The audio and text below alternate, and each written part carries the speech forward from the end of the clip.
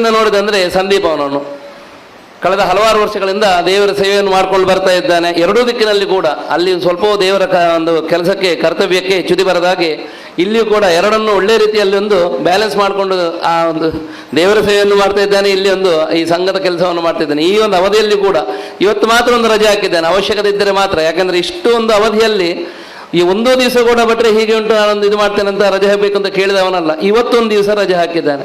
ನಾಳೆ ಪುನಃ ಬೆಳಿಗ್ಗೆ ಯಥಾಸ್ಥಿತಿ ಆ ಒಂದು ಕೆಲಸಕ್ಕೆ ಒಂದು ದೇವರ ಸೇವೆಗೆ ಹಾಜರಾಗ್ತಾನೆ.